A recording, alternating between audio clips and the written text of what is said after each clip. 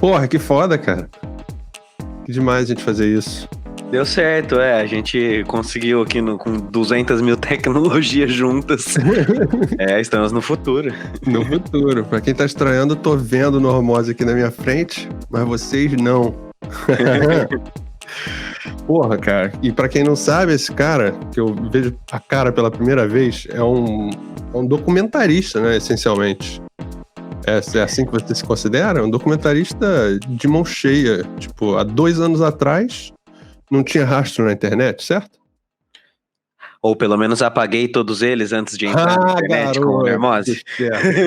Vamos começar do zero, né?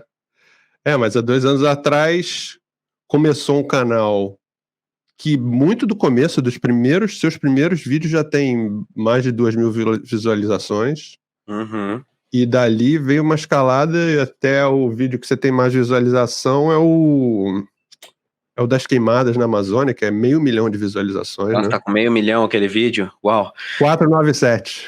E contando. Tá chegando lá. Eu sei que ele foi postado, acho que em alguma página grande, tipo em Facebook, tipo Mídia Ninja, Quebrando Tabu, qualquer coisa assim. E sei que lá, tipo, tinha passado dos milhões, assim. Eu até nem olho muito pra não ficar em choque, assim. Porque... Eles pegaram e publicaram no nome deles mesmo.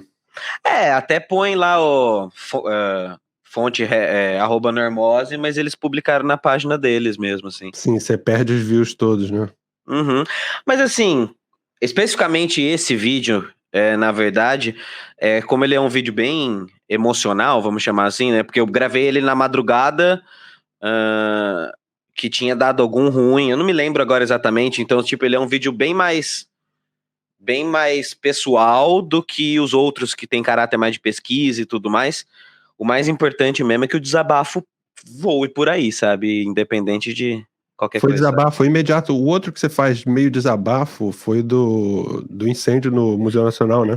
Esse sim, eu me lembro bem da história desse, porque esse foi uma madrugada de insônia, porque tinha acontecido, e aí, tipo assim, 1 da manhã, não conseguindo dormir, eu levantei e falei, quer saber? Vou fazer um vídeo. E aí eu comecei a pesquisar do zero, e assim, do zero não, né? Porque minha formação é em história, né? Eu sou historiador.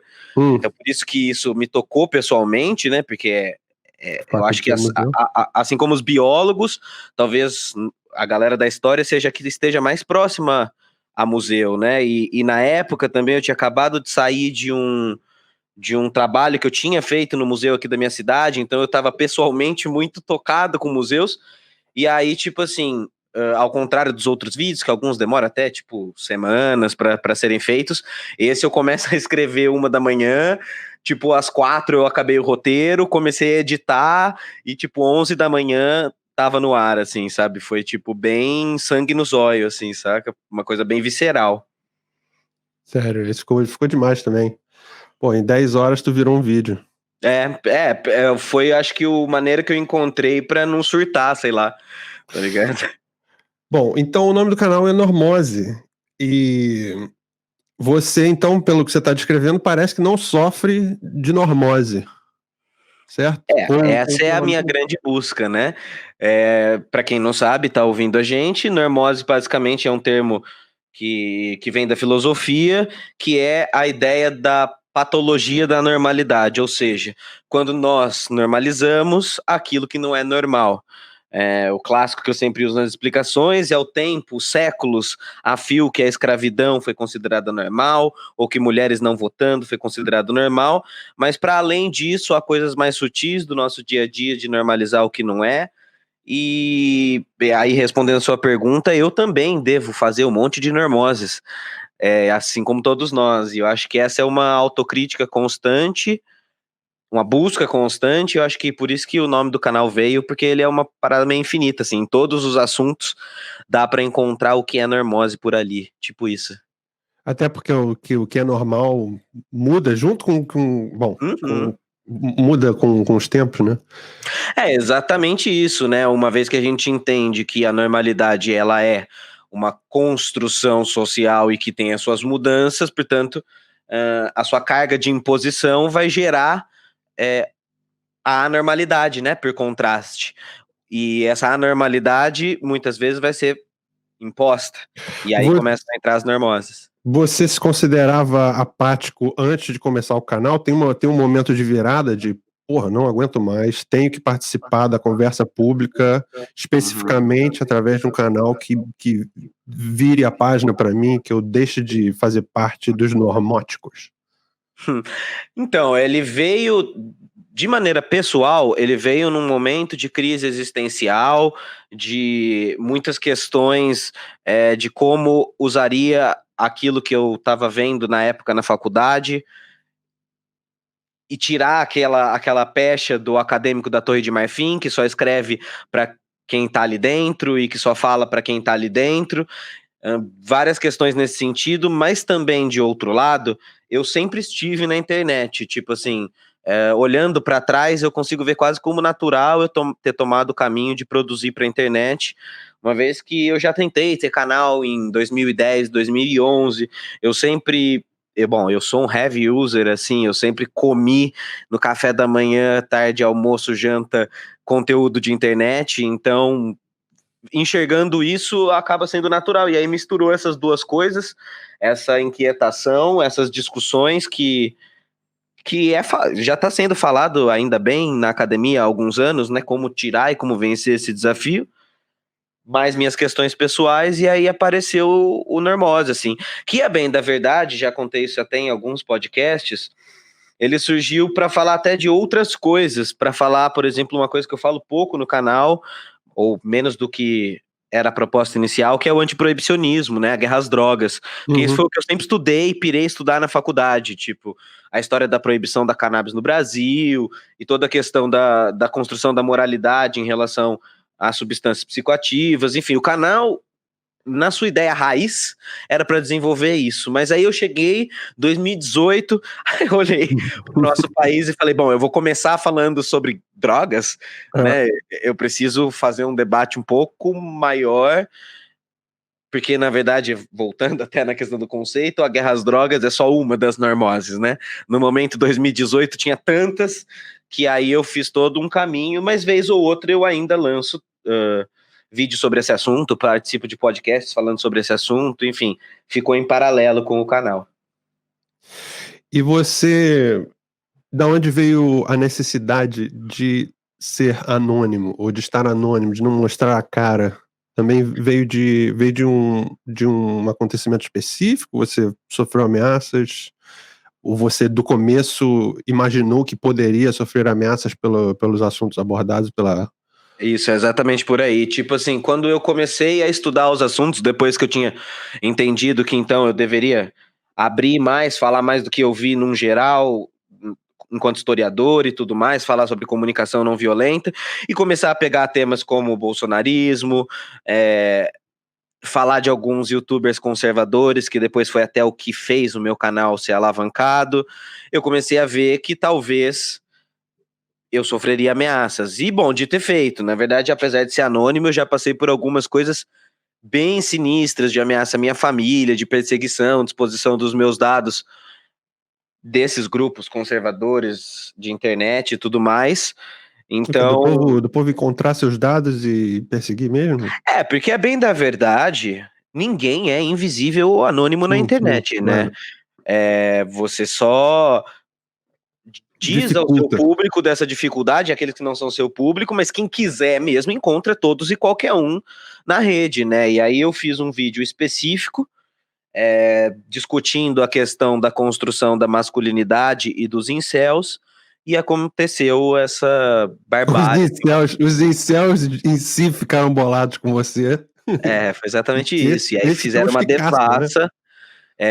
devassa, assim, encontraram minha família, dados da minha família, aí passaram a barreira, que é a barreira até do hate, tu pode me odiar tranquilamente, Sim. mas quando você passa a ir aos meus pais, aos meus tios, a pessoas que não têm absolutamente nada a ver com esse trabalho, e que outra, não tem menor contato com o que é o mundo da internet, aí passou da conta, né? Aí foi bem sinistro, sabe? Parece que você então chamou a atenção de um grupo específico que é o tipo de grupo que reage dessa forma, né? Com ameaças e etc. Você falou de um youtuber famoso, que talvez você não queira mencionar o nome, Mas ele é um cara que tem seguidores. O incel típico é seguidor dele, né? Então, eu até não tenho problema, não. Mando Noura, muito obrigado, na verdade. Mando porque Noura. Se você olhar com um coração um pouco maior, ele se importou tanto a ponto de ter me jogado pra cima, né? Ele te respondeu? Porque pra quem, ainda bem, já faz 2 anos e o canal continuou sem ir pro lado de só treta, né? Mas pra quem não sabe, eu não tenho nenhum problema em retomar isso. O nosso amigo Fernandinho tinha o seu curso que ficou famoso, Mestres do Capitalismo, e eu fiz um vídeo de análise sobre o curso, mostrando as limitações do curso, mas para além disso, que o curso não valia aquilo que ele se propunha, que ele não era um curso ruim, mas que não valia o valor que se propunha. E aí tem aquele clássico que é o efeito Barbra Streisand, né? Que é quando você tenta censurar e bloquear um negócio, é aí que você gera interesse por aquilo. E eu não esperava que passou, não me lembro agora, mas algumas horas que o vídeo estava no ar, e aí ele deu strike e bloqueou o vídeo. E aí pronto. E aí as pessoas, eu era um canal até essa época, devia ter uns 10, 11 meses de canal, sei lá, tô chutando mais ou menos, e tinha ali 5 mil inscritos, 4 mil inscritos, alguma coisa assim. E ia ser um vídeo que uma projeção máxima dele ia dar 10 mil visualizações. Mas quando ele bloqueou, o que começou a acontecer é que diversos canais começaram a postar o vídeo nos seus canais, replicar o vídeo em toda a internet. E aí a coisa tomou muito mais proporção, teve muito mais visualização. Inclusive o meu canal, que tinha esse número, em questão de um mês tinha 60 mil inscritos. Então, quer dizer, eu não posso, de maneira alguma, reclamar a Mando Noura. Muito grato.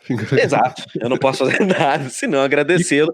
Porque aí deu oportunidade, porque assim, eu não sou de briga, não sou de treta, não é a minha pegada. A minha pegada é de análise. E aí, o que eu fiz? Só ver seus vídeos. Oi? É só ver seus vídeos que dá pra entender. Exatamente. Eu prego comunicação não violenta, etc e tal, mas ali eu vi um problema específico e me deu a oportunidade de mostrar para as pessoas que eu tinha um monte de outros conteúdos. Que eu tava 10 meses fazendo vídeo que tava pegando 1.000 views, 500 views. E aí, até você falou, o primeiro vídeo tem bastante view, mas é porque depois disso, depois as pessoas começaram a chegar, assim, mas eu fiquei, tipo, quase um ano produzindo para meus amigos e mais 200 pessoas fiéis que acreditaram, assim, eu até agradeço muito elas, assim, porque aí deslanchou.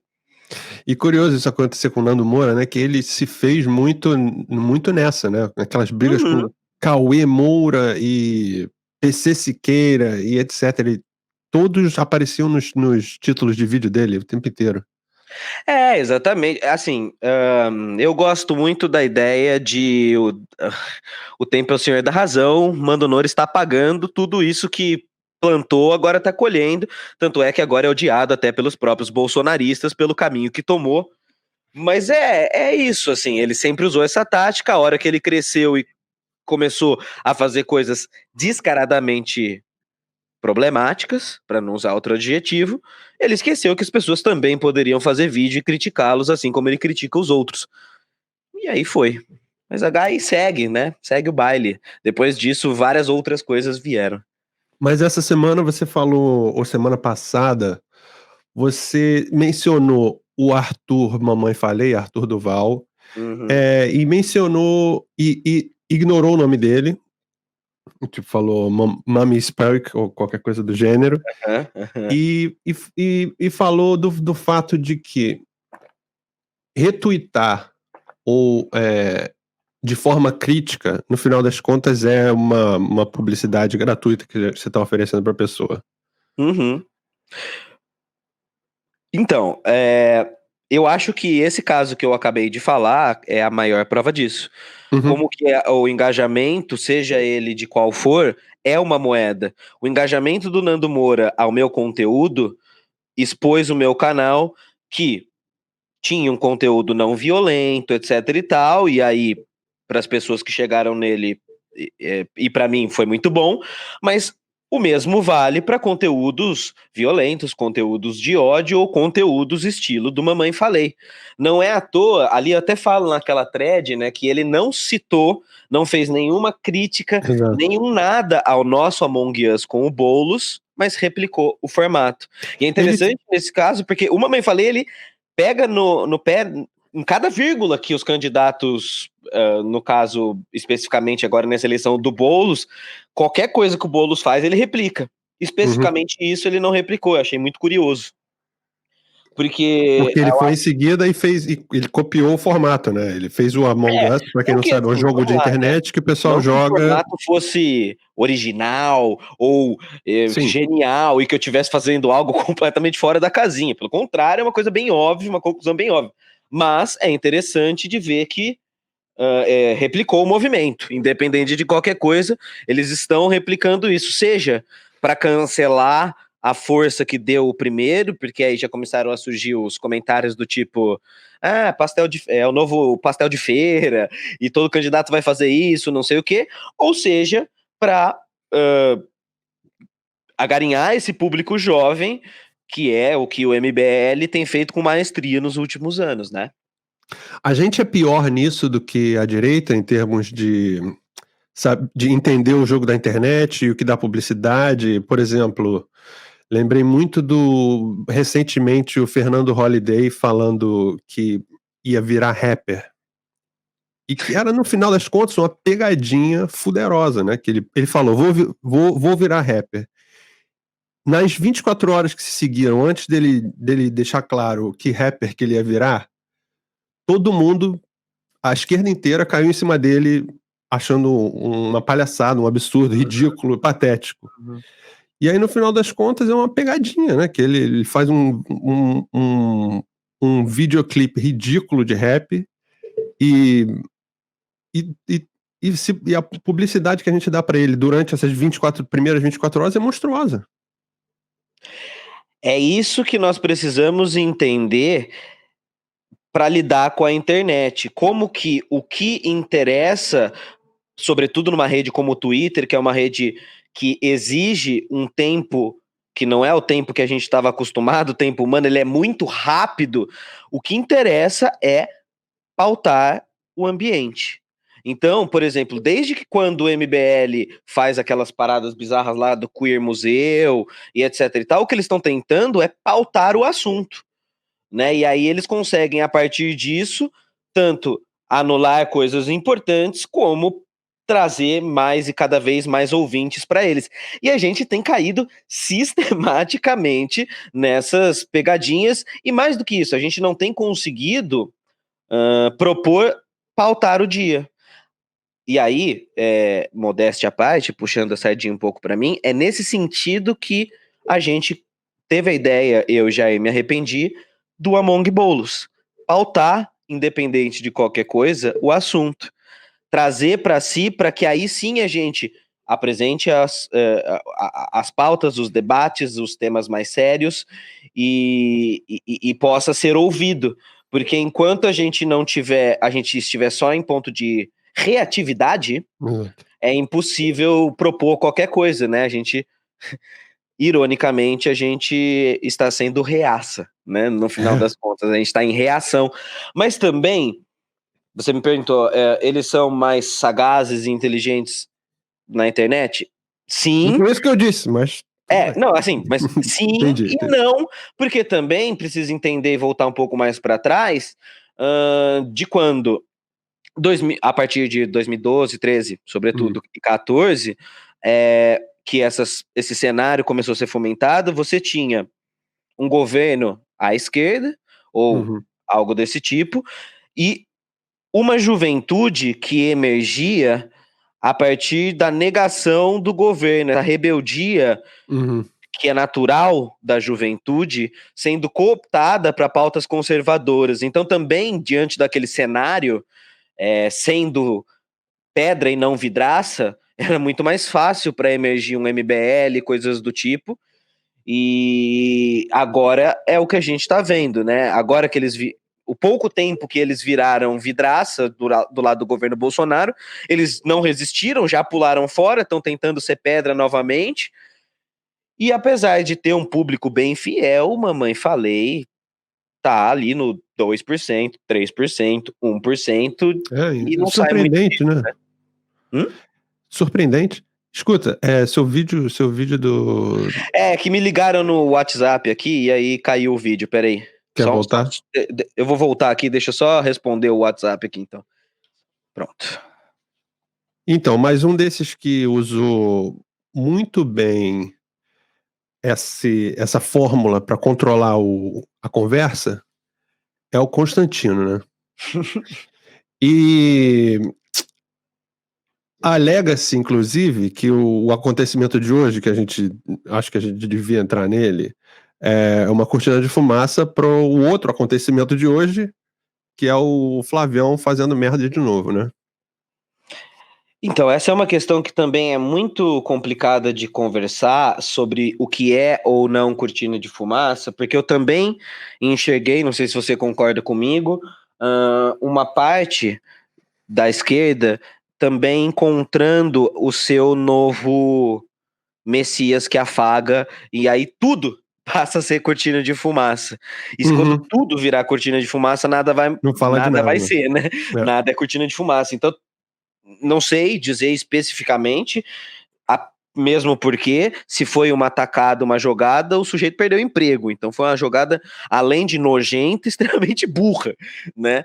Então, não sei. Mas, assim, eu acho que a gente também precisa tomar cuidado, porque a gente tem muitas táticas de comunicação, muitas estratégias de comunicação e formas de ação na rede que essas pessoas dominam, mas a gente não pode esquecer que, ao mesmo tempo, são essas pessoas tacanhas, nojentas e abjetas e que muitas vezes não é nada além de burrice e nada além disso, né? Então eu acho que mais ou menos por aí. Que bizarro, né, cara? Você viu o vídeo? Vi, infelizmente eu vi. Nossa, o cara não tem um Infelizmente. dedo. Eu não sei o que passa na cabeça do sujeito. É uma vontade de agradar o reacionarismo tão mais forte do que qualquer senso de moral ou qualquer amor, qualquer senso de preservação da própria família e da mulher, cara. Eu não consigo entender, porque aí depois ele vai dizer, lógico, que tiraram de contexto, que não era isso que queria dizer, e aí o que é personagem, o que é narrativa, o que é fato, o que é opinião. Aliás, isso é sintomático do tempo que estamos vivendo, né? Uma eterna representa a gente não perdeu a linha do que é real, do que é narrativo, do que é personagem, do que é performance, e a rede toda fica dentro dessa borbulha muito maluca e perdida nesses Um afetos. limbo de realidade, né? Exatamente. E eu acho que eu tenho feito uma reflexão muito grande para o que vou fazer em 2021 em relação a uma das redes que eu sou, e aí já é um passo, assumir, viciado, que é o Twitter. Eu realmente não tenho mais tanta certeza sobre a necessidade de estar tanto por ali, no sentido de que a rede é desenhada de uma maneira que produz histerias mesmo, produz, a gente parece, cara, que a gente tá, como é que fala, em alucinação coletiva muitas vezes, sabe? E parece que é uma sequência encadilhada da outra e a gente gasta muita energia ali. E eu tô pela primeira vez agora nesse período de fim de ano e revendo as ações, me perguntando o quanto é realmente produtivo e eu não poderia gastar tempo ou investir tempo em outras coisas, seja no meu canal, seja na militância de rua, quando voltar a ter militância de rua, ou seja em qualquer outra coisa que não seja ficar pistola por uma eterna performance de ser capturado por discursos da extrema direita, tá ligado? E qual que você acha que é a arquitetura particular do Twitter que leva a esse tipo de pensamento cíclico ou de neurose coletiva? Será os trending topics específicos, que é tipo, qual a fofoca do dia, né? Aí, tipo, todo mundo, quem quer atenção tem que se engajar com o assunto fofoca do dia. E aí a gente fica perdido nesses, né? É isso? Eu acho que esse é um bom apontamento. Eu acho que tem diversas coisas, né? Por exemplo, tô pensando aqui agora, sei lá, fazendo uma elucubração aqui agora. Mas, por exemplo, o fato de estarmos limitados em caracteres limita a forma que a gente vai se comunicar, ou mais do que isso, adestra a gente para se comunicar de certa maneira, com frases curtas, porém fortes, com resumo de ideias, termos que, sei lá, são simplificadores do discurso muitas vezes. Inclusive, o Twitter era perfeito com os 140 caracteres. Parece que vem muito de uma questão de como é que a gente coloca um headline. O seu post era um headline, é uma manchete. Quem faz a melhor manchete, exato. Mais ou menos por aí. Talvez, aí, isso é uma coisa. De outro lado, você tem uma rede que vai, e aí, tá bom, talvez não seja só do Twitter, mas que vai recompensar não necessariamente coisas propositivas, mas justamente a reatividade bem escrita. E eu tô fazendo uma autocrítica ao meu próprio uso, assim. Talvez seja por isso que a minha rede tenha ido tão bem, assim. Porque gosto tanto dessa rede que acabei me adestrando, me comportando de maneira que reverberou. Mas e aí, por estar recebendo essas pequenas recompensas, aí é uma coisa. E aí a gente poderia até falar de neurologia, mas eu não sou eu que vou falar sobre isso, mas é meio claro, assim, você tem pequenas doses de dopamina que você muito fáceis de conseguir e infinitas, e aí você começa a se perder nesse personagem. De certa forma. Sim, exatamente. Então, tipo, cara, eu tenho. E aí, né, como eu gosto muito do tema de história das drogas e tudo mais, eu consigo traçar um paralelo muito fácil do vício dessas duas coisas, porque é essa eterna busca de, pô, toda hora, se eu quiser, eu tenho um afaguinho, uma pequena dose de confirmação do meu ego que eu estou certo. E aí, seja lá o assunto que eu quiser defender. Ou seja, você está sendo diretamente, seu comportamento está sendo diretamente moldado, ou pelo menos você está dizendo isso a seu respeito, pessoalmente, que seu comportamento está sendo diretamente moldado pelo algoritmo de redes sociais. Exatamente. Você consegue ver isso numa escala global? A gente a gente ficou esperando esses tais robôs virem e controlarem a gente e nos dominarem. Nosso comportamento já começou a ser dominado pelos robôs algoritmos? Não tenho a menor sombra de dúvidas. É mais ou menos por aí, no sentido de A gente fica esperando esse golpe, esse momento, e tá acontecendo tem quase 10 anos já, né? Exatamente, eu sinto, e aí talvez, de novo, aquela questão do tempo, só daqui 10 anos a gente vai conseguir confirmar isso, mas que a gente tá preso dentro de um loop histérico de não conseguir sair e sempre ficar dentro desses dispositivos de afeto de fracasso, de derrota, de sempre não conseguir ir além disso, né? Não há uma proposição para ir além do barulho, do caos, da manchete, dos 240 caracteres. E aí, todos nós, de alguma medida, estamos meio que contaminados por isso, assim, contaminados pelo F5, contaminados por ter sempre a notícia naquele momento. Eu preciso, aquela sensação, até tem o nome já, né, que estão chamando, como é que é? FOMO, né? Fear of Missing Out, tá ligado? Ah, sim. Que é, medo de estar perdendo o que tá acontecendo. Exato, eu acho que o Twitter é o grande imagem de FOMO que a gente tem, assim. Aquela sensação de que se você ficar 5 dias... aquela atualização que puxa com o dedão para baixo constantemente, né? Exato. E se você ficar 5 dias, talvez você perca um bafafá, talvez você perca um fato, talvez você perca um meme. E se você ficar 6 meses, você volta para ali e de repente você não sabe mais nem se comunicar. Literalmente, porque muitos memes ou muitas bordões, né, que perdido, está por fora totalmente, né? Exatamente. Então, tem uma eterna recompensa para te ficar ali dentro all the time, assim. E a própria comunidade retroalimenta isso, né? Não, porque se entra alguém que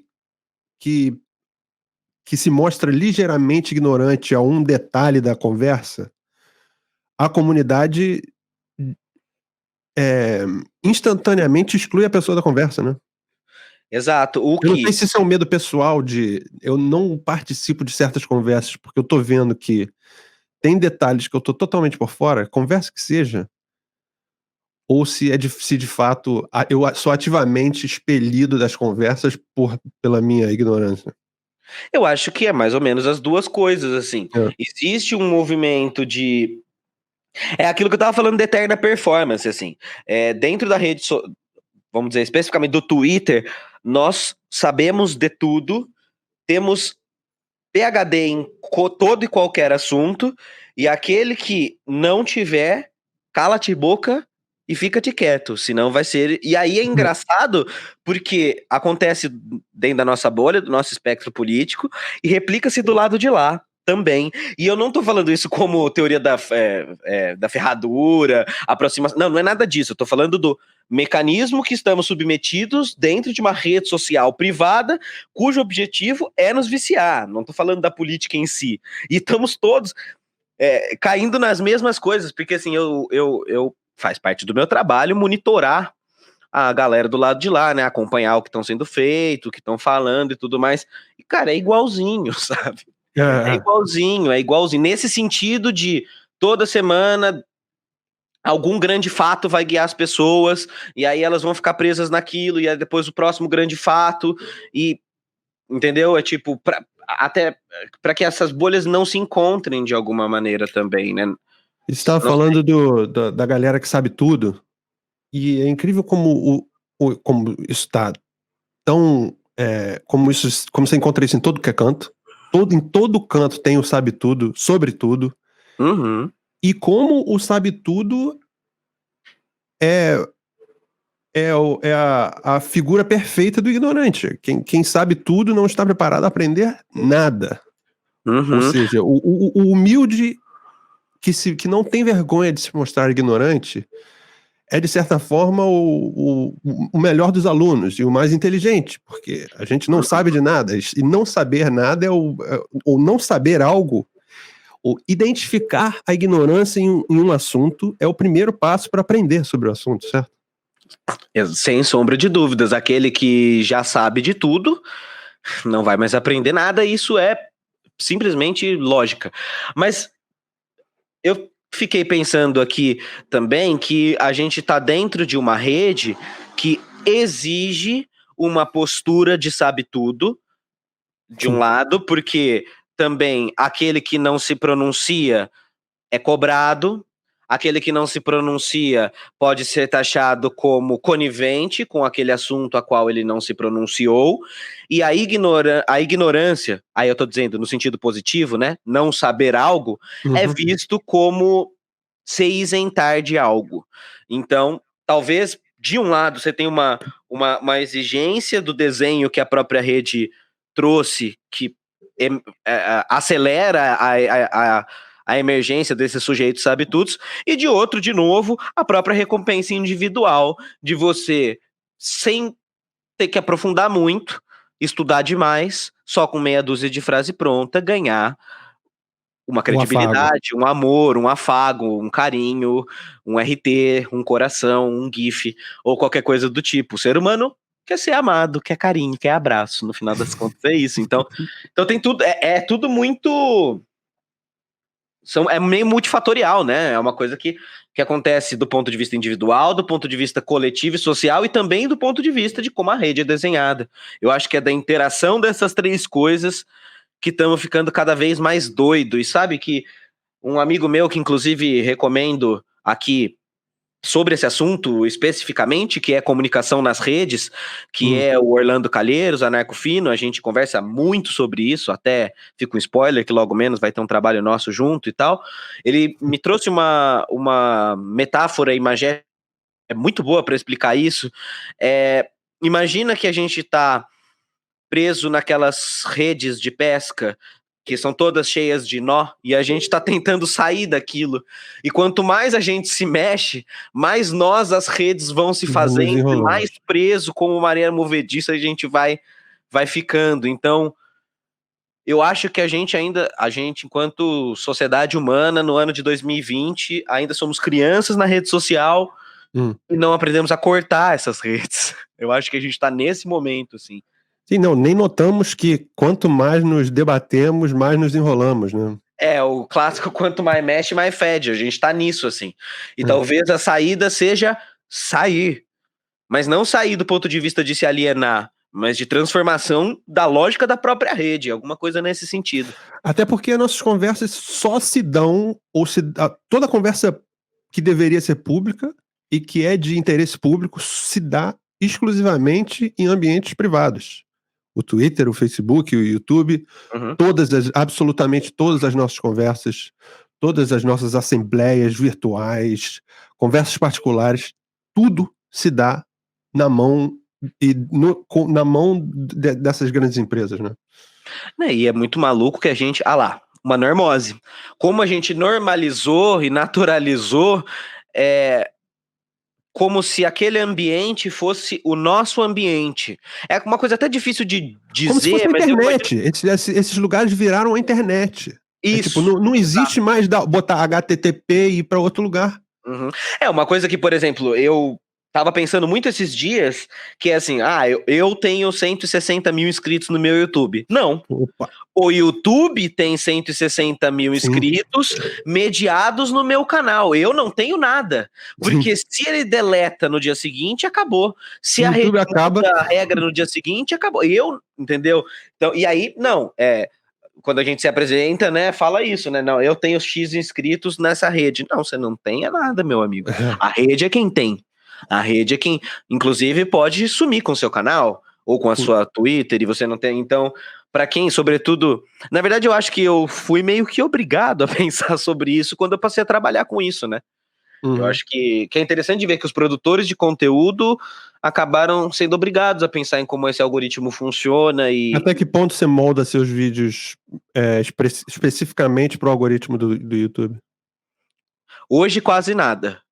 Quase nada. Tipo assim, para falar bem a real, no início ele era milimetricamente calculado.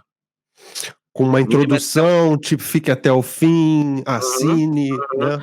Mas hoje, ainda bem que hoje eu tenho um Catarse, que me permite, independente do que o YouTube fizer comigo, um Catarse é mais fixo, um canal que já tem pessoas que seguem e acompanham o trabalho, que estão muito próximas e que me permitem, assim, hoje eu consigo fazer o vídeo. Claro, eu ainda peço like, sininho, etc, etc, etc. Tem que fazer isso, né, cara? Eu não sei fazer isso, tem que fazer isso. Mete o like, sininho aí. Se viu até aqui com normose? Eu tinha a maior vergonha de fazer isso, mas aí eu acho horrível, cara. Eu acho horrível. Eu fiz uns testes e assim, vídeo que tu não pede tem menos, cara. É mesmo? Tem. E assim, não é, tem pouco menos, tem gritante menos, assim, cara. Saca? Então, assim, é porque a gente esquece, sei lá, e aí é a ação, então, não, tipo, mas tem uma coisa ridícula também de você tá querendo dar uma ordem pro seu, pra sua audiência, fazer um negócio pra você. Quando bastaria a audiência, né, cara? Exato. E aí eu vou até parafrasear o Meteoro Brasil, os meus amigos do Meteoro Brasil, que eles falam, né, virou até bordão deles, que é: se inscreve, ajuda, dê o like, se você quiser. Eles sempre falam isso. Muito Estou bom. convidando, se você quiser, você dê. Se não, tá tudo bem também, tá tudo limpo. Mas, ó, deixa o like aí, vai. Porque sabe o que é o pior? Agora, falando sério, eu queria não estar nem aí pra parada, tá ligado? Whatever, claro. Like, whatever. Comentário não. Comentário, e na verdade, a gente pede, como você tava falando antes, dar um like no YouTube, né?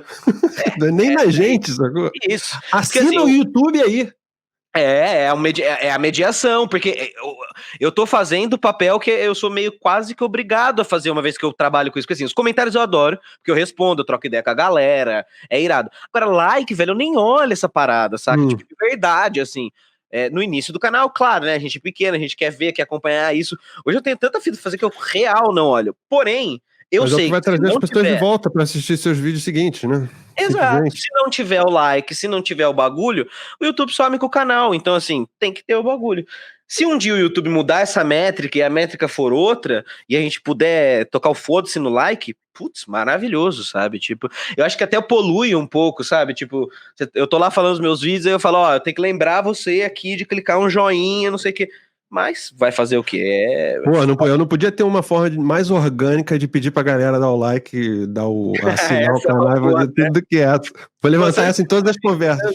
Esses tempos eu tava pensando em fazer um vídeo sobre likes. Ah, pode ser muito Por bom. causa disso, esse é o melhor jeito de explicar pras pessoas por que eu peço essa porcaria, assim. Mas é. Algumas regras do YouTube eu me permito jogar, que são as regras mínimas pra não desaparecer. As que eu acho absurdas, como tipo ficar guiando o meu vídeo falando só de pauta quente, etc e tal, eu já abri mão, já larguei mão e dane-se. Mas essas mínimas eu topei jogar porque é o que é, né? E Normose, não pode dizer. Pra um canal como o meu, que é inexistente praticamente, né? Que só quem assistiu até agora o canal foram meus amigos e os amigos dos meus convidados. E as redes dos meus convidados. O que eu faço? Bicho, ó, olha o meu bagulho. Eu fiquei 10 meses fazendo pra ninguém, velho. E eu tava fazendo, tipo, real, assim, ó. Eu tomei a decisão de que durante um ano era meu trampo, mesmo eu não ganhasse nada, ninguém assistisse. Eu tinha uma grana guardada e falei, ó, esse é meu trampo, então eu vou fazer como se, tipo, todo mundo visse, não sei o quê. E aí, velho, foi 10 meses de caos. E aí bastou um vídeo, e aí vem a loteria, é meio injusto mesmo. Bastou a loteria para que viesse. Poderia não ter vindo, e poderia ser que eu estivesse patinando até hoje. Meio que, tipo, a única coisa que, quando eu converso com a galera, os amigos que eu fiz no caminho, né, dos vídeos ensaio, dos canais de política e tudo mais, é meio o clichê de tem que produzir pra caralho. Só. Porque, por exemplo, lógico, áudio bom, conteúdo bom, óbvio que isso é, tipo, básico, ok. Mas se a gente lembrar que, tipo, se a gente falar, tem que ter cenário, tem que ter isso, tem que estar bem vestido, tem que falar, e a gente lembra que o maior youtuber do Brasil foi um moleque que pegou uma GoPro sem camiseta e meteu-lhe a câmera ali só com um bom texto e um bom carisma conquistou o negócio, não tem muito como ter fórmula, tá ligado? Sim, sim. Não tem muito como ter fórmula. Agora, eu acho que a resposta que eu tava esperando de você era mais o que como eu me convenci a fazer isso, porque é uma questão muito pessoal mesmo. Eu tô fazendo isso pra mim, antes de estar fazendo pra qualquer um, sacou? Eu lembro de ter ansiedades quando criança, de compartimentalizar, não sei se eu falei certo, mas você entendeu. Sim. Minha vida, sacou? Então eu tinha os amigos da escola, quando eu tinha 5, 6, 7 anos, tinha os amigos da escola, tinha os amigos do prédio, os amigos do futebol. E me gerava muita ansiedade, por exemplo, minhas festas de aniversário, acho que até por isso que até hoje eu odeio festa de aniversário, me gerava muita ansiedade eu trazer todas essas pessoas, trazer esses mundos e as pessoas, porque você vai se adaptando, você se mostra ou dá ênfase a um aspecto da sua personalidade para um grupo, ênfase para outro, e assim, e isso é parte da minha vida até hoje, só que eu ainda tenho compartimentos, sei lá, mas eu ainda faço essa divisão na minha vida. Então, e eu resolvi tornar públicas as minhas ideias de uma forma que elimino isso, eu não tenho como mais. Quem quiser saber o que eu acho, basta entrar e ver. E a ideia vai ser comunicada da mesma forma para todo mundo. Uma pergunta, então, que pensei, vou até inverter, agora eu sou o entrevistador, tá bom? Não é entrevista. Pode falar. Exato. É o seguinte, você faz pra ti? Sim. Mas você quer bombar? Não quero bombar, não. Não quero necessariamente não quero bombar, cara. Eu quero que meus interesses estejam ao alcance das pessoas, sacou? Que eu talvez tenha uma tirada e conduza meus convidados de uma forma específica, que eu contribua pro convidado, pra conversa que ele tá tendo com o público e pro público em geral. É uma contribuição. Por exemplo, se você ficasse... E a contribuição passa eu posso contribuir mais se eu for maior. Entendi. Mas, por exemplo, se você ficasse, assim como alguns canais de alguns amigos que ficaram 2 até 3 anos fazendo pra 200, 300 views, mas o trabalho legal, pra ti tá bom? Cara, minha ideia é fazer 100 pra mim. E quando eu chegar aos 100, eu ia fazer 10, mas eu já tô satisfeito Uhum. com os 5, 6 que eu fiz. Quando eu chegar aos 100, eu quero olhar pra trás e ver, porra, trabalho legal. Não me Não, interessa então, se eu tô desse sendo ponto visto de ou não. vista, sabe o que você tem que fazer? Nada. Sim, sim. Nada, né? É. Porque é isso, porque assim, alguns trabalhos, por exemplo, eu vou, ó, o spoiler, né? Vou lançar um canal ano que vem, e ele é um canal de um projeto fechado, com umas ideias fechadas, que é lógico que eu quero que vá mais longe, etc e tal. Mas é um trabalho que, se não tiver a exposição que tiver, mas chegar em poucas pessoas que transformou, pra mim tá bom. Sim. Agora, o Normose é meu ganha-pão, então esse eu quero.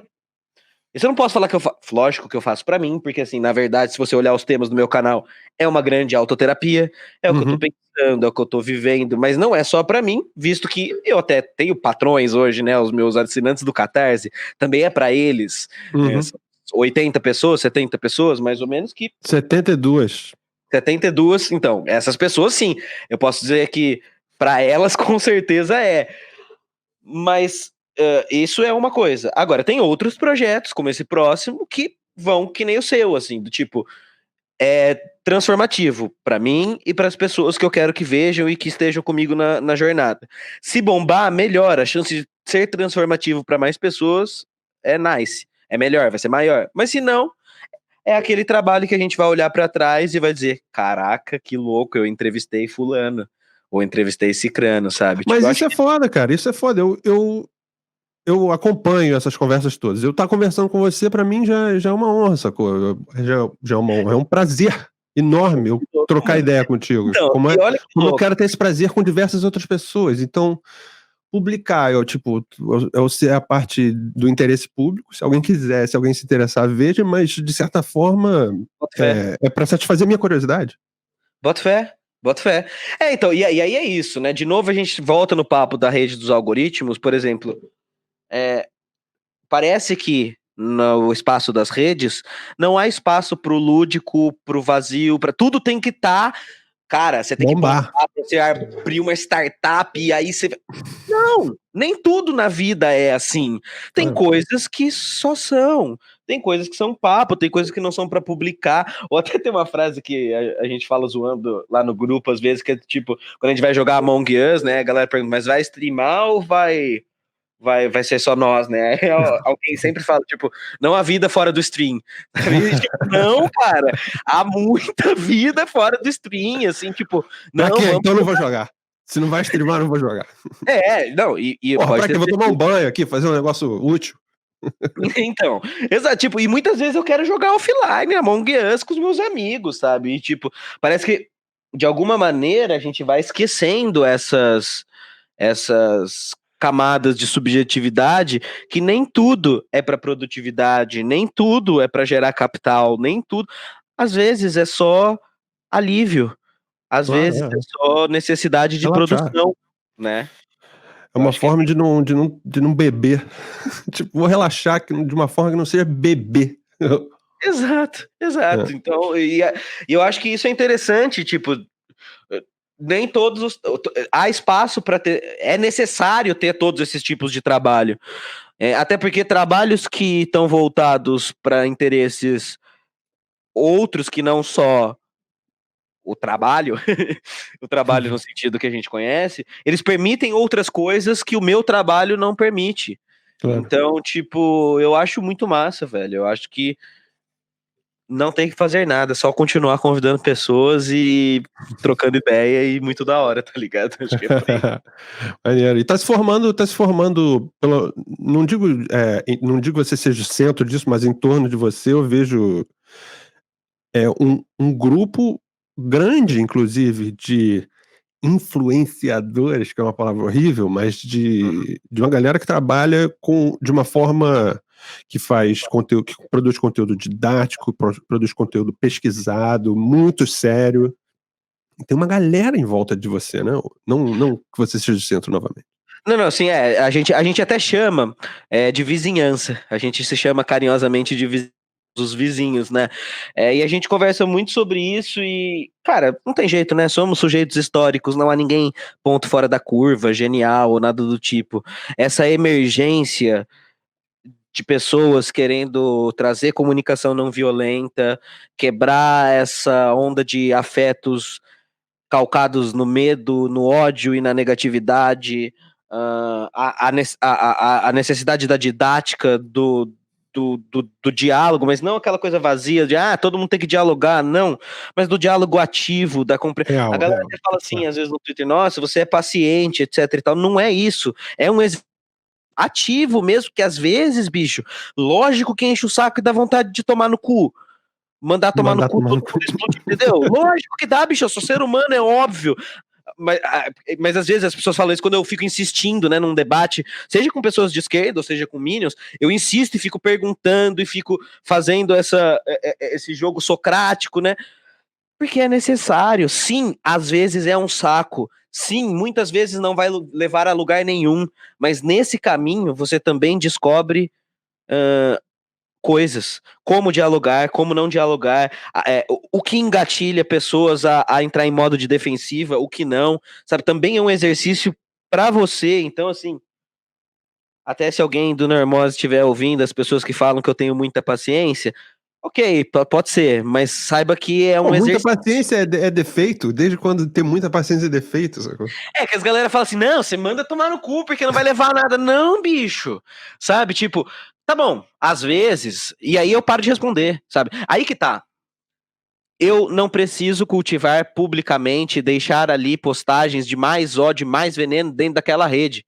Se eu quero mandar tomar no cu, aí eu faço aqui em voz alta e eu não preciso postar, entendeu? Grita na janela.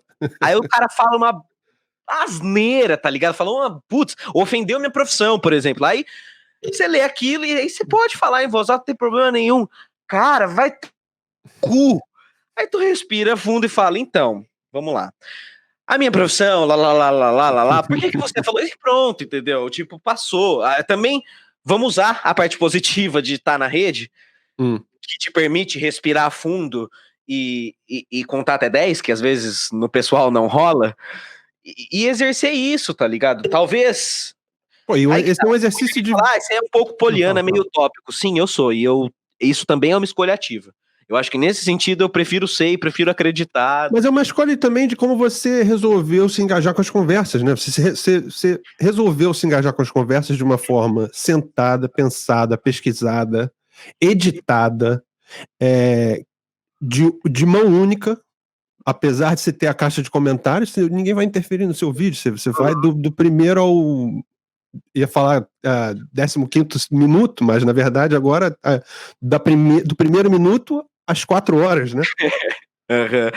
Então, mas ao mesmo tempo é interessante porque além da caixa de comentários, acabou gerando mesmo. A gente tem um grupo no Discord que a gente troca ideia. Quando eu lancei o documentário da Lava Jato, eu fiz uma sessão no Zoom fechada para amigos produtores e também galera do canal, assim, porque ao longo dessa jornada eu fiz parças mesmo, fiz amigos, e assim, acima de todas as coisas, parece clichê, mas é o que interessa, mano, é o que importa realzão, assim, tá ligado? Porque essa é a parte... Redes reais. E essa é a parte que eu não esperava do canal, tá ligado? Quando eu entrei muito com a cabeça de trampo, etc e tal. Por quê? Porque eu já tinha feito canais de YouTube voltados a pra mim, já tinha feito todas as coisas, e ali chegou o tempo que eu falei, não, o Normose é um negócio, eu vou dar o sangue nisso aqui. Mas eu não esperava real que, tipo, ia surgir pessoas, amigos. Quem são esses? Fala desses. Cara, desses outros canais, quem são os interessantes? Cara, por exemplo, vamos lá. Eu tenho a minha comunidade, que é a minha vizinhança, que são os amigos produtores de conteúdo. Então você tem o Juliano Antídoto, você tem o Isaacnes, o pessoal do Meteoro Brasil, os meninos e a Clara do Mimimídias. Eu converso muito com o Tavos do Mimimídias. E aí, para além das pessoas produtoras, eu tenho a galera que, tipo, veio seguidor de Twitter e hoje, tipo... Vamos fazer rede, vamos dar estímulo à rede. Me fala um pouquinho de alguns desses. Faço do que eles fazem. De falar de todos eles. Ia ser demais. Cara, Jabazinho. Juliano Antídoto, eu começo sempre por ele quando é pra fazer propaganda, porque ele também foi um dos primeiros que botou fé, acreditou, tipo, ele já era um canal, eu era ninguém, mandei uma mensagem, falei, olha isso aqui, e o cara desde o primeiro vídeo, assim, sabe, e aí a gente tem ele é historiador, ele tem uma formação musical, assim como eu tenho uma formação musical, a gente tem uma história muito parecida, etc e tal. E o Antídoto, ele tem uma diferença do meu canal, que é muito melhor, porque o Antídoto, ele tem uma sutileza artística, que eu acho que muitas vezes eu não me permito no canal. Alguns vídeos meus vão para esse lado, né, mais emocional, mas o Antídoto, ele tem uma... É muito sui generis a maneira que ele trata as coisas, porque ele trata as coisas como pequenas poesias, assim. Por mais tenso que esteja o tema, ele faz de uma maneira como se fosse uma pena de um cisne num lago, assim, sabe assim? Ele faz artístico, em vez de ser estritamente jornalístico. Exato. Quem mais eu posso falar? Posso falar de quem que eu já falei aqui. Jair, tem o Jair. Vamos pro Twitter também, é verdade. No Twitter tem a Jair Me Arrependi, o Tesoureiros do Jair e a Bolso Regrets, que é Bolsonaros Arrependidos, que são páginas que começaram e continuam sendo páginas de humor ainda, né?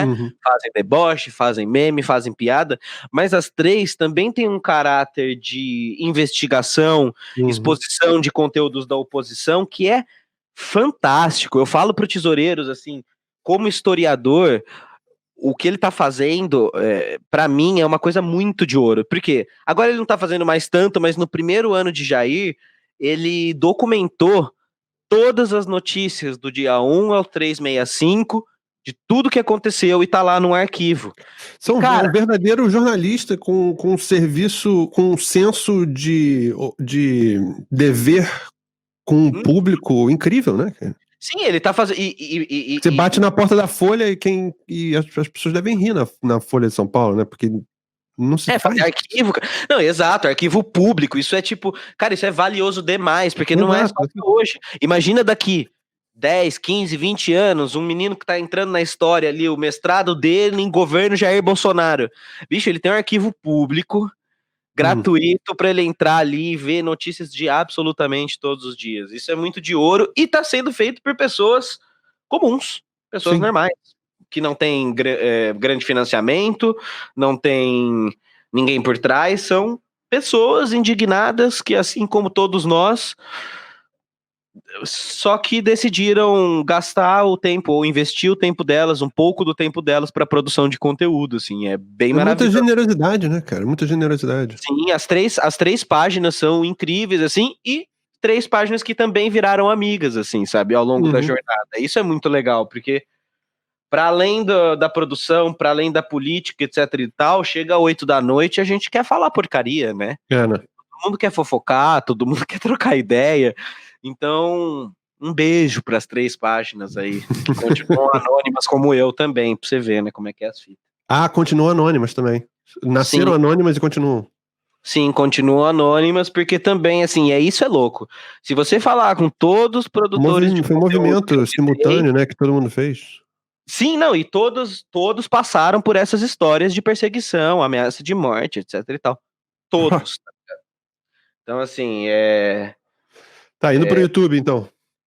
Bom, vamos lá. YouTube eu já falei do Antídoto, agora eu vou falar dos outros que são inspiração, que é o Meteoro Brasil, que é o canal, que é o casal Álvaro e Ana, que fazem um trabalho sensacional. Que agora tem diversos roteiristas, e é impressionante a capacidade de produção deles, a quantidade de vídeo que eles colocam por mês, e mais do que a qualidade. A qualidade, mas o quanto eles também dão atenção para essa vizinhança, para essa comunidade.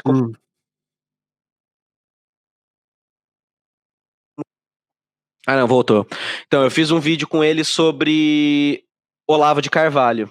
E eles que me chamaram, eles que me convidaram. Eu era pós aquela explosão toda que deu, e eu fui chamado por eles. Aí depois também fizemos amizade, etc e tal. Então, uma coisa que é muito legal que rola na comunidade do YouTube é essa ajuda mútua nossa, sabe? Tipo, direto a gente tá nos canais dos outros, um conversando com os outros. E aí, falando de mais um, então eu vou falar do Mimimídias, que é um canal de um trio, o Léo, a Clara e o Tavos, e que fazem também vídeo ensaio como eu, só que misturado com eles também, né? Eles vão pra frente da câmera falar, mas para tratar de temas de cultura pop, etc e tal, eles também estão na Twitch e também estão na batalha, cara. Eu acho que eles estão um pouco mais que eu. Se eu tô fazendo 2 anos e meio, eles devem estar uns 3 anos e tanto. E também são, tipo, pessoas da universidade que também estavam pistolas e decidiram produzir, sabe? Então, esses perfis te ajudaram, de certa forma, a produzir o Lava Jato Entre Quatro Paredes, que é o seu documentário em 4 partes de 1 hora cada? Na outra Entre Quatro Paredes. Na verdade, sim. O Antídoto fez uma participação especial no episódio 4. Não sei se você lembra do diálogo que era Sim, o Deltan da Lainol conversando. Então, quem é o Deltan foi o Antídoto. O sotaque perfeito, cara. Exato. Exato. E quem fez o Vladimir Aras foi outro canal também, que é o Tássio Denker, um canal de direito. Também amigo e tudo mais. Então, assim, você vê, né? É sempre assim, a gente chama uns aos outros, um tá no canal dos outros e tal. Mas o documentário, não, eu fiz bem sozinho mesmo, a parte de pesquisa, produção, edição.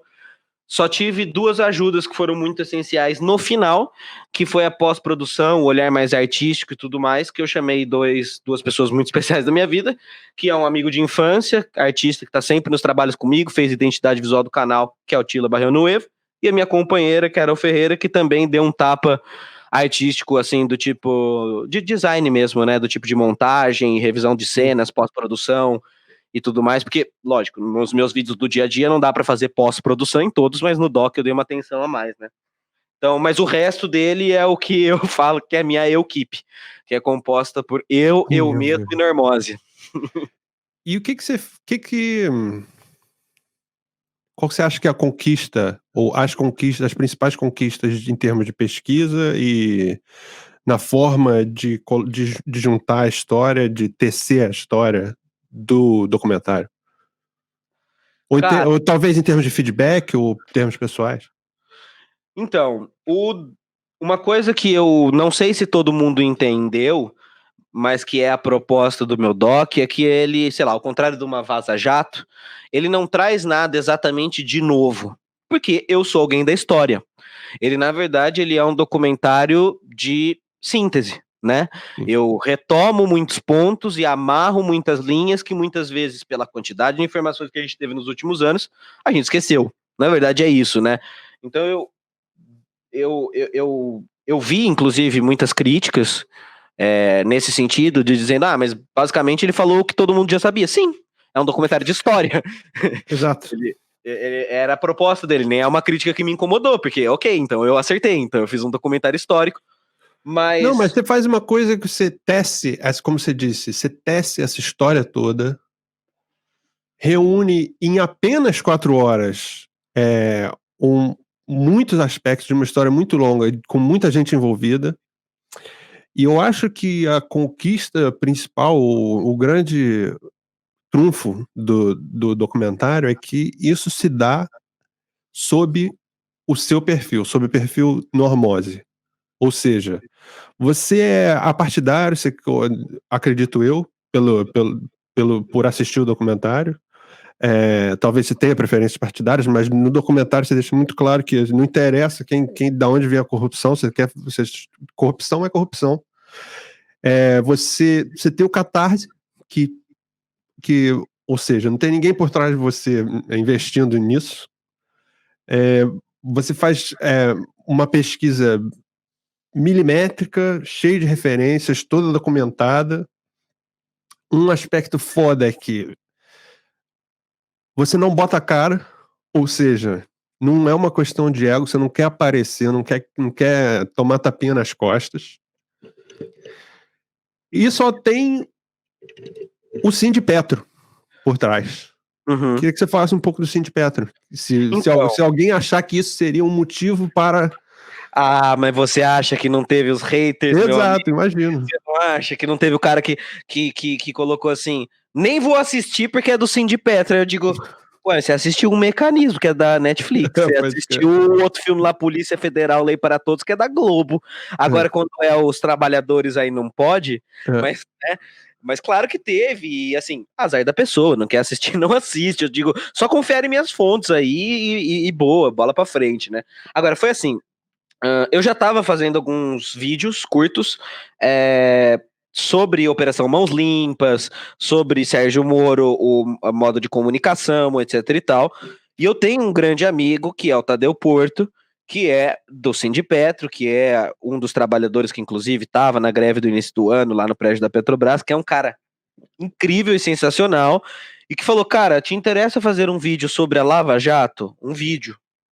Não interessa, beleza, vambora, deixa eu pesquisar.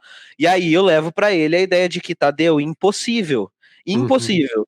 Porque eu teria que fazer um vídeo de 40 minutos e ainda assim ele falou, tá, beleza, o que você quer fazer? E aí eu propus 3 episódios, de novo, 3 episódios e só. Essa é a participação do Sindipetro, me apoiar para eu fazer isso, porque liberdade de pesquisa eu tive completa. Assim, não teve interferência do Sindipetro de falar assim, isso aí tá falando mal do PT, corta o PT. Não, sabe? Sim, tipo... então, por questões jornalísticas, foi um apoio financeiro, inclusive?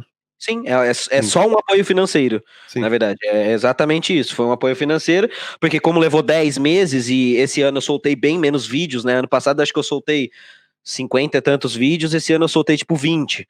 Seu porque tempo, né? É simples assim, dia tem 24 horas, eu sou só um e soltei menos, então eu pude recompensar a falta de vídeos com esse apoio financeiro deles, e foi o que foi. Aí, quando eu tava já no 3º episódio, surgiu a questão da agência pública. Aí eu volto no Tadeu e digo, bicho, não dá pra fazer 3 episódios. Fala especificamente qual a questão da agência pública, explica. Não é a questão do tenentismo. Não, a questão das reportagens excelentes. Antes da gente ir pra isso, essa questão do tenentismo é demais, cara. Essa é da Amanda Audi, não é?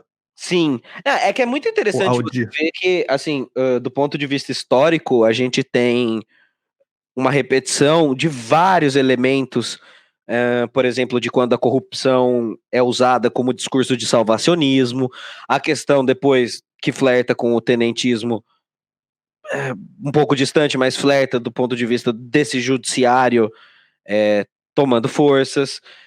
Mas a agência pública que eu estava citando é a reportagem do FBI, que mostra, enfim, as relações Estados Unidos e Brasil, que eu até falo no episódio 4, tipo, olha, e é real isso, eu falei pro Tadeu, olha, eu não quero falar dos Estados Unidos, porque até então é meio conspiratório chapéu de alumínio, tá ligado? Era, né? Tipo, aquela questão, a CIA está por trás de tudo e não sei o que, e tipo, até tá, mas assim, tá, me dá alguma coisa concreta, eu não posso trabalhar só com achismo. Mas depois da reportagem, aí tinha coisas materiais, aí tinha depoimentos, aí tinha toda aquela questão da Leslie Becks lá e tudo mais. E aí eu falei, bom, vou fazer mais um episódio, e aí ficou 4 episódios, que como você bem pontuou, ainda é bem pouco, bicho. Se tem uma coisa que eu saí desse documentário com a certeza é que eu não sei absolutamente nada de Lava Jato ainda. Tá ligado? Ainda não foi nada. Porque eu não tratei da família Odebrecht a fundo, por exemplo. Só ali daria mais 2 documentários, tá ligado? Então, você vem falando de planos para 2021 e de tá levando um fim de ano mais tranquilo, mais suave, como você diz. Porque o ano que vem para 2021? O ano que vem vai ser louco. Assim, algumas coisas que eu ainda não posso divulgar, né? Outras que eu já posso. Mas as que eu já posso o ano que vem eu vou ter um novo canal voltado para comunicação nas redes, voltado para esse pensamento que a gente estava tendo todo esse papo sobre algoritmo, sobre tudo isso. Aquele vídeo dos likes, dali que brotou. Isso, dali eu começo a ver que... E, na verdade, esse assunto tá há tanto tempo na minha cabeça que eu vi que dá pra fazer, inclusive, mais um canal. Então, eu vou ter mais um canal além do Normose. Outra coisa é que, aí sem muitas informações ainda, o Lava Jato, o documentário da Lava Jato deve continuar. Deve continuar, pelo menos por mais alguns episódios vai continuar. Eu recebi um convite muito legal de um parceiro muito legal que não tinha como dizer não, apesar de estar entrando em férias, eu já fiz a reunião com o sujeito e eu acho que deve acontecer aí no próximo semestre. Isso sem contar as coisas que eu não posso divulgar, que ainda tem mais 2 documentários na agulha que ainda não estão muito certeiros, então ainda não posso nem falar sobre eles, mas na verdade, assim, o ano passado, não, minto, esse ano, no começo desse ano, eu decidi ficar só com o Normose, porque ano passado eu ainda estava em sala de aula, ainda dava alguns cursos, ainda fazia outras formas de me manter, e isso me gerou um burnout. Eu fiquei zoado, desenvolvi gastrite, etc e tal, então no início desse ano eu falei, bom, por mais que eu ganhe menos, pelo menos por um tempo, não tem como, ou eu fico com normose ou eu faço as outras coisas. E desde o início do ano eu tô só com normose, então esse foi o meu primeiro ano de experimentação disso, né? Então ano que vem é o ano que eu realmente me jogo para os projetos maiores que eu sempre quis fazer e tudo mais. Muita galera que trabalha com internet acaba reclamando disso, né? Porque é uma briga diária e constante com o futuro, com o amanhã incerto e que depende daquele afago e tudo se confunde, trabalho e afago. Uhum. Até Como porque, sobrevive, cara? cara, agora eu tô aprendendo a balancear depois de ter errado, né? Chegado no pior de todos, que é o burnout, né? Inclusive, você menciona que você tem ajuda psicológica, né? Como eu e muita gente. Sim, se eu não fosse na terapia, a terapia eu vou desde antes do canal, mas hoje eu trato muitas coisas e muitos dilemas dessa questão de ser produtor de conteúdo na terapia, mas é um paralelo que eu sempre faço, que explico por que a gente tá todo mundo que trabalha criando, tá todo mundo ficando doido ou chegando em burnout, é que se você parar pra pensar na lógica da banda, o que a banda fazia? Ela despendia um tempo muito grande de criação, do lado da criatividade, não sei o que, para criar um álbum. Depois do álbum, é a repetição. Você vai sair em turnê, tocando aquele álbum várias e várias vezes, vários e vários meses, até que você volta em estúdio e volta. Então você tem uma separação do tempo que é repetição, do tempo que é criatividade. Quando eu termino um vídeo, o que eu preciso fazer é o próximo vídeo. Acabou, né? Assim que eu solto um não vai vídeo... não vai tomar bebidas pelo país e conversar com pessoas que adoram o seu trabalho. Por isso você sempre quer aquela caixa de comentário, né? Que é o seu... Vamos fazer a turnezinha aqui de 30 minutos depois do vídeo. Então, é o que sobre, bicho. Eu fiz já 2, aí depois veio a pandemia. Esse ano eu queria fazer mais, mas veio essa porcaria. Eu fiz 2 encontros presenciais já. Um em BH e um em São Paulo, capital. E, bicho, foi maravilhoso. É outra fita, tipo, dos 2 encontros eu saí com a determinação. É isso que me importa. Eu quero fazer encontros pessoais, que eu possa sentar com a galera, olho no olho, e trocar uma ideia, tá ligado? E falar e ir pra vida, na vida como a vida é, sabe? Mas a gente tem essa questão. Assim que eu termino um vídeo, eu tenho o próximo vídeo. O melhor vídeo meu é o meu último vídeo. E o meu melhor é o próximo, tá ligado? Então você sempre tem essa coisa, assim. Eu sempre preciso estar. E aí é outra questão. Por exemplo, agora eu me permiti sair de férias, já respondendo como viver disso, porque assim, vou ganhar menos nos próximos meses, nos próximos 15 dias. Mas ou é isso, ou a minha gastrite volta. Porque E, cara, sua renda depende de vídeos novos, em termos de AdSense no YouTube, é isso? de AdSense no YouTube, mas mais do que AdSense, de que o canal não seja escondido, né? Porque você começa a não jogar postar. vídeos, ele começa a te esconder. Porque hoje, como o Catarse ele é mais fixo, hoje o Catarse me permite 10 dias de descanso sem ficar pobre demais, mas não ter o que comer, né? Mas assim, o AdSense é bizarro, cara.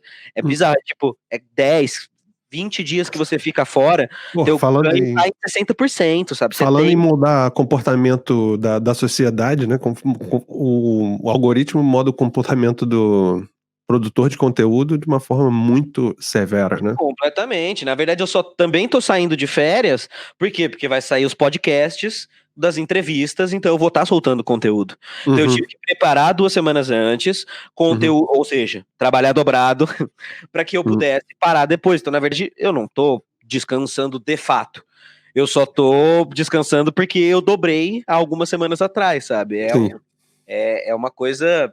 Mas é uma turnezinha, na verdade, né? Conversar com pessoas é uma turnezinha.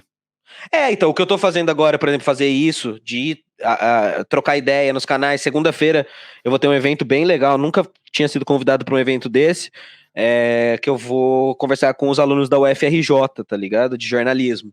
Trocar Legal. ideia mesmo. Pena que vai ser no Zoom, por causa dessa porcaria aí, mas é isso que me importa, na real. É isso que eu tenho sacado, saca, velho? Isso que conta. Mano, eu sou anônimo. Então já tem essa coisa. Eu não tenho dimensão da onde tá indo o meu trabalho, quem assiste meu trabalho. Cara, tem coisas bizarras do tipo, teve uma vez que indicaram pra mim mesmo, numa roda de semi-conhecidos, o meu canal, tá ligado? Sério? Tipo assim, era, tipo, amigo de amigo, né? Tipo, eu não conhecia a pessoa, mas era amigo dos amigos na festa, assim. Aí conversando de vídeo, YouTube, assim, conhece um canal, eu conheci um canal esses dias, Normose, você conhece? Eu, tipo, não, mano, nem vejo YouTube e tal, nem tô ligado, não sei o que, e fugir do assunto, assim. Porque é isso, tipo, minha voz é um pouco diferente, né? Não Não, é vão tão te reconhecer na voltada. fila do pão daqui a uns anos, cara. Então, na verdade, eu queria. É isso, eu queria ser obsoleto, logo menos, tá ligado? Esse é o meu sonho, assim, tipo, logo menos ter tanto criador de conteúdo fazendo coisa legal que eu seja só mais um e possa ir fazer encontros pessoais com as pessoas, trocar ideia, ir pra outro lugar, sabe? Fazer docs, fazer coisas mais longas, essas coisas, assim, porque, bicho, ninguém fica vivo tantos anos fazendo vídeo assim, saca? Tipo, saúde. Essa é a parte negativa, assim, minha saúde do começo do canal pra cá é muito pior, muito. Mas tudo bem, mas tudo bem. Antes da gente dar um adeus, que foi muito foda essa conversa, cara. Que bom, A gostei. gente tá 11h40, aqui pelo menos, onde eu tô, em Cambridge, Inglaterra. E estamos fechando as contagens da eleição americana. Faz diferença quem ganhar? Biden ou Trump? Cara, pior que faz, velho. Faz, Pior que né? faz. É pouco.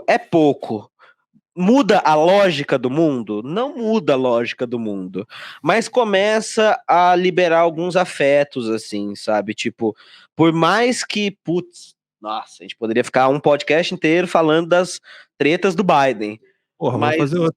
a gente tem um mentiroso compulsivo muito sui generis que é o Trump, né, cara? Tipo, por mais que talvez, por exemplo, para o Brasil a gente tome umas sanções econômicas, etc e tal, eu acho que Vamos ser começa mais espionados ainda. mais espionados ainda, mas talvez comece a quebrar as pernas dessa coisa estranha que a gente está vivendo, que não sei o nome ainda, né? Que a gente chama aqui de bolsonarismo, lá de trumpismo e urbanismo, e enfim, sei lá qual que é o nome que isso vai tomar, mas começa a perder pelo menos a força central, assim. Mas sei lá, eu também tenho amigos que falam assim, não, o ideal é ir pela linha do Gigi, que quebra tudo, aceleracionismo na veia e aí pronto. Não sei, eu acho que talvez essa Eu tenho dificuldade de opinião... querer que o Trump continue, mas acho que não vai mudar muita coisa, não. Eu acho que a parada é assim. É importante sair o fascista, o machista, como do topo da pirâmide do planeta. Temos que tirar esse cara. E em especial, que talvez não aconteça, temos que parar de falar desse cara. Porque se você pensar, você acha que algum nome na história da humanidade foi repetido e impresso tantas vezes quanto o do Trump? Pois é. Nenhum nome na história do planeta.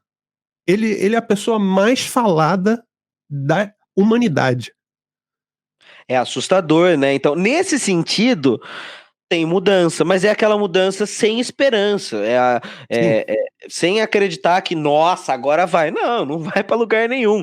Mas algumas coisas parecem que podem se facilitar, sobretudo aqui no Brasil. Assim, eu acho que quando.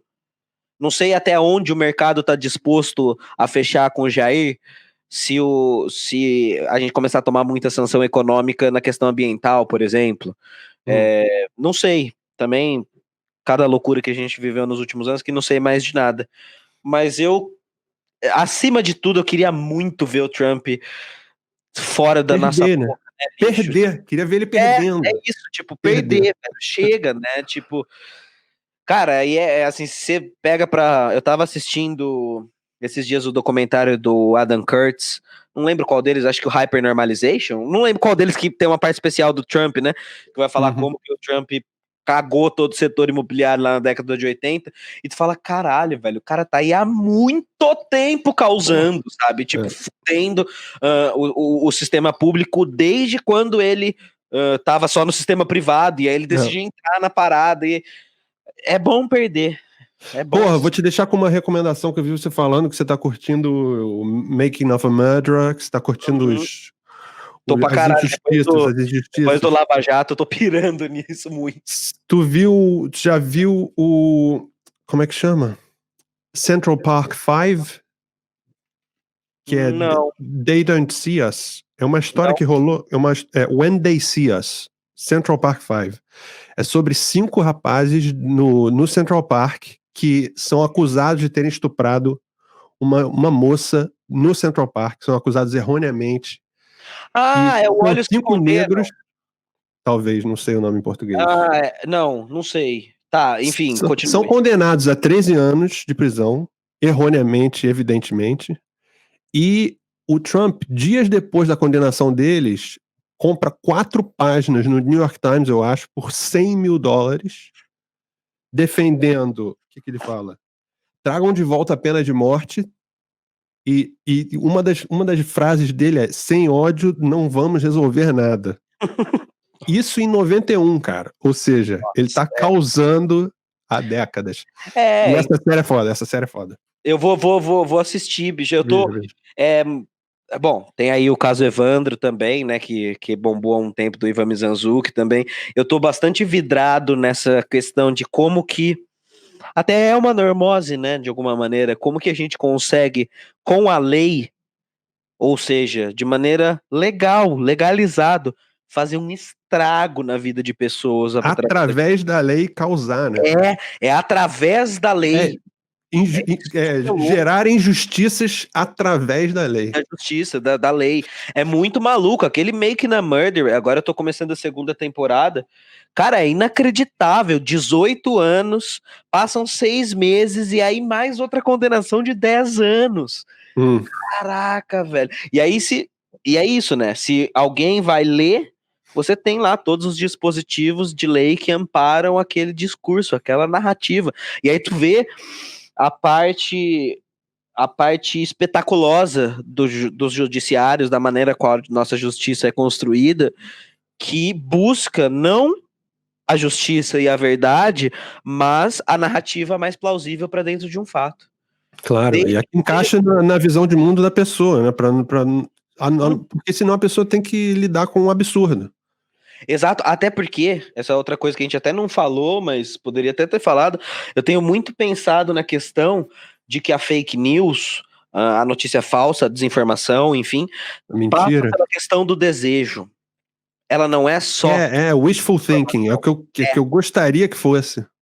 Ela passa muito por aquilo que eu quero acreditar, aquilo que eu quero ver, e aí, por que isso é importante? Para entender que nós todos estamos sujeitos a essa deformação dos discursos. Nós todos temos... viés de confirmação, né? Que a pessoa a manchete te diz e te confirma aquele seu sonho.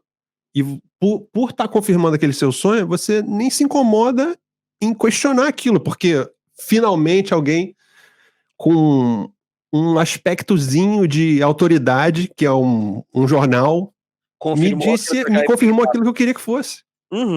Exatamente isso. E todos posso parar de sonhar, é verdade. Porque essa parada é um mecanismo mesmo, um mecanismo cognitivo, né? Então, tipo, é uma parada que transpassa as ideologias, que todos nós podemos estar sujeitos. É lógico que o que a extrema-direita fez foi um projeto de poder calcado nessa deformação. Sim. Ok? Mas nós também temos que ser extremamente autovigilantes dos nossos comportamentos na rede, para que nós não passemos a produzir microfascismos, para que nós não passemos a produzir pequenas violências, pequenas injustiças, construções de narrativa e coisas do tipo. É por isso que eu tenho gostado tanto dessas séries, porque para além de descobrir a verdade, a questão de entender o quão forte pode ser a construção de um discurso até que ele vire crença e depois verdade, me assusta muito, tá ligado? Até porque não há nada que imponha a normose tanto quanto a lei, né, cara? Sim, tem jeito melhor de... Um mecanismo de criação de normose. E aí entra no dilema... De manutenção. E aí entra o dilema da tão criticada agora Hannah Arendt, que sim, tem os seus problemas muitos, mas que é o dilema da banalidade do mal, uma vez que a lei ferir a moralidade, no caso de um Estado como o Estado nazista, aquele que segue as leis e autoriza um sujeito a entrar numa câmara de gás, entra num dilema ético-moral muito foda, de que é quando a lei é usada para perpetuação do mal. Sim. E no caso ali, do mal maior, que é o nazismo do Hitler, mas que... E essas pessoas têm que conviver com isso, inclusive em certas ocasiões, depois que a lei mudou, né? Tipo, a lei muda, a pessoa ainda está viva e tem que conviver com o fato de ter enforçado, como é que ficou a palavra? Enforced, de ter feito acontecer, feito valer a lei daquela forma. Exatamente. É uma coisa, é muito complexo essa discussão, né, de entender o poder que a normatização das leis tem sobre a nossa sociedade, né, uma vez que somos uma sociedade das leis, que emerge a partir das leis, e não é que eu tô dizendo que não é para ter lei, é claro que não, pelo contrário, mas uma vez que compactuamos que a vida em sociedade é guiada por certos princípios e dispositivos, precisamos entender que também esses mesmos dispositivos podem ser usados para perseguir pessoas, ou, melhor dizendo, certos tipos de pessoas, perseguir classes, ou certos tipos de classe, criminalizar ideias e assim por diante, que é o que foi feito nos últimos todos os anos da nossa história. É foda, isso, cara. Né? Fomos embora, né? Nossa. Porra, demais. Foi demais, cara. Muito obrigado aí. É nóis, mano. Você é um cara muito generoso. Obrigado mesmo. Gosto muito de trocar ideia, gosto muito de ir embora na palavra, é uma das coisas que eu mais gosto de fazer, na real. E eu não sei se você concorda, eu acho que as pessoas não gostam mais de conversar. Sim, por isso a gente tá fazendo isso. Vamos fazer outros aí, em breve. Vamos, velho, vamos demais. Inclusive... Aí, mais um spoiler. Tô soltando spoiler pra caralho pra você, hein? Porra, eu vou pra Twitch ano que vem. Então, ano que vem eu quero fazer muito disso. Vamos pra lá, pra minha casa também, quando eu for pra Twitch. Claro, é nóis. É nóis. Beleza, queridão. Um beijo, um abraço. É nóis, precisando.